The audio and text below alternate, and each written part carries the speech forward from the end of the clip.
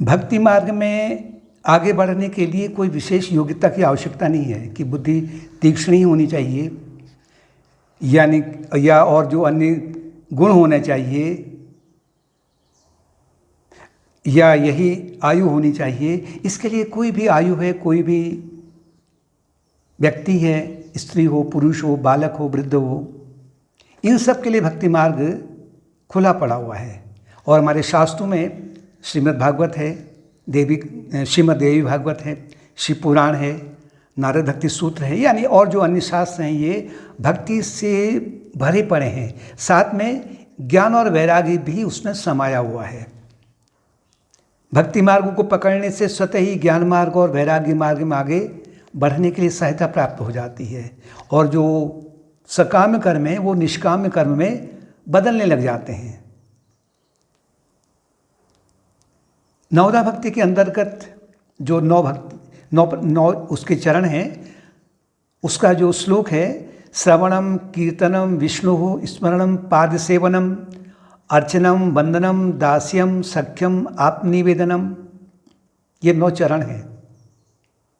श्रवण है, कीर्तन है, विष्णु स्मरणम का तात्पर्य कि भगवान का स्मरण,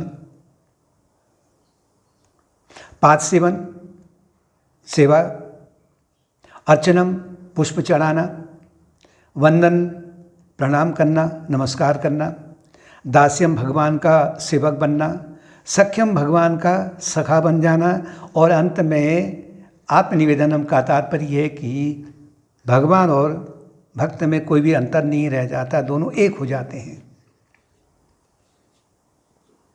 इसमें पहला जो चरण है वो है श्रवण, क्योंकि श्रवण से ही आगे बढ़ना पड़ेगा, बिना श्रवण के काम नहीं चलेगा।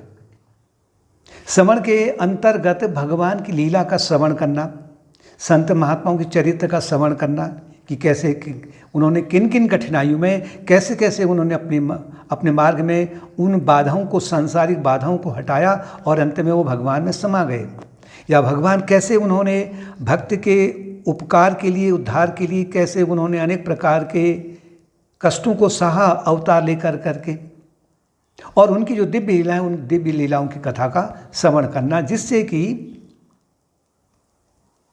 उनके हृदय में भक्ति का अंकुरण आ जाए, अंकुरण हो जाए।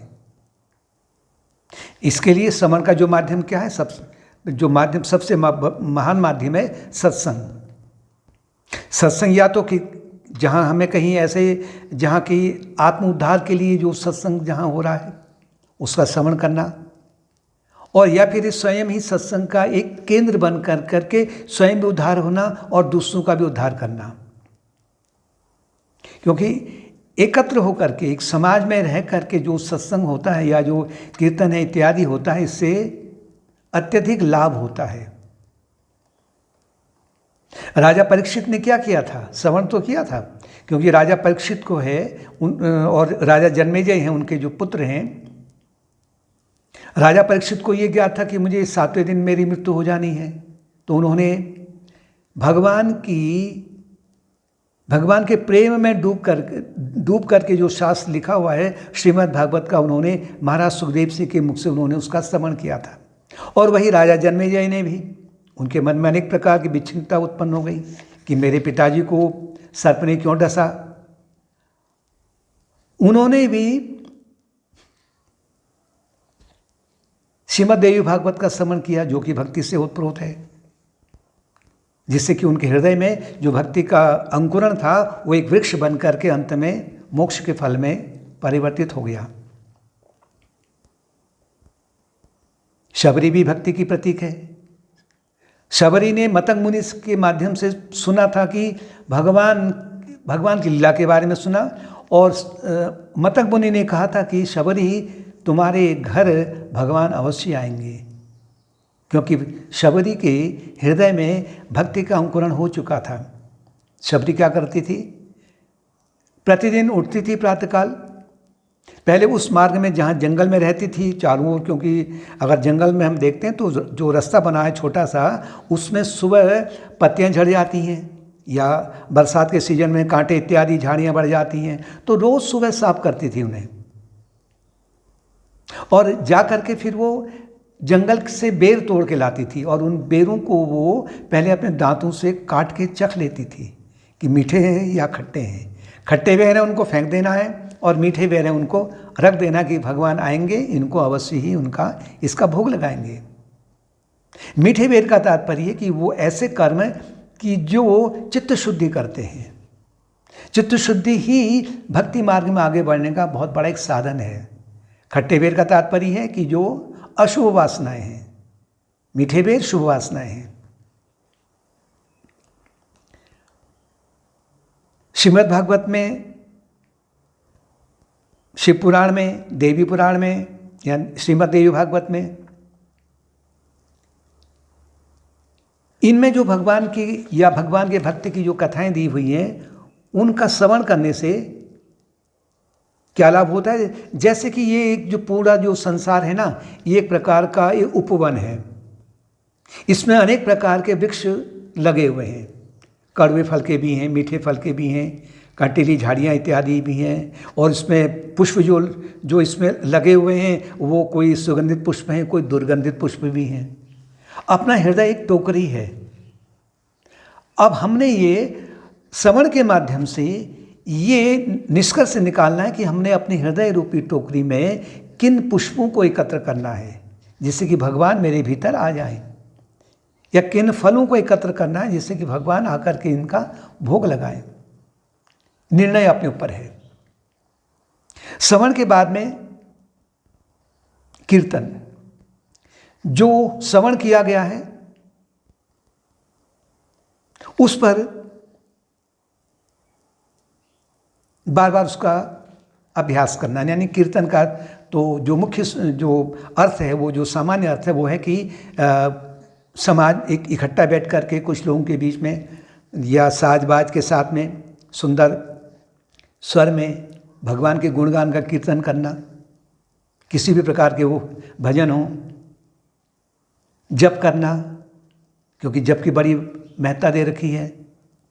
इससे क्या होगा कि श्रवण और कीर्तन से जो भक्त है वो विनम्र होने लग जाता है, क्योंकि ये पहचान है। भक्ति मार्ग में ये जो कपट है ना, ये नहीं चलता है। मोहि कपट छले छिद्र न भावा। कपट है यानी दूसरा, फिर दूसरों की बुराई इत्यादि हैं या दूसरों के प्रति राग द्वेष इत्यादि है, ये भगवान को पसंद नहीं है। ये बीच में एक प्रकार की बाधा उत्पन्न हो जाती है। चैतन्य प्रभु महाराज कहते हैं तृणादपि सुनिचेनो, यानी भक्त का जीवन फिर जब वो नवदा भक्ति में आगे बढ़ता है तो उसका जीवन तृणादपि सुनिचेनो, अर्थात वो घास से भी वो विनम्र हो जाता है। घास नहीं, दूब घास क्या होती है, जितना लोग उसके ऊपर चलते हैं तो उतना वो फलता फूलता है। दूब घास की पहचान है। कीर्तनिया सदा हरि, और निरंतर भगवान की कीर्तन करना। अब ये संभव नहीं है, सभी के लिए संभव नहीं है, किसी के लिए संभव नहीं है। लेकिन जो कर्म कर रहे हैं वो कर्म चित्त शुद्धि के लिए हैं तो कीर्तन हो गया। अपना जो नियम इत्यादि, जप इत्यादि है, पूजा इत्यादि है, वो तो खैर कीर्तन हो ही गया है। जो अपना दैनिक जीवन का कार्य है उसमें अगर दूसरों की सहायता हो रही है, परोपकार हो रहा है, वो कीर्तन हो गया। यानी जीवन को कीर्तनमय बना दिया जाए।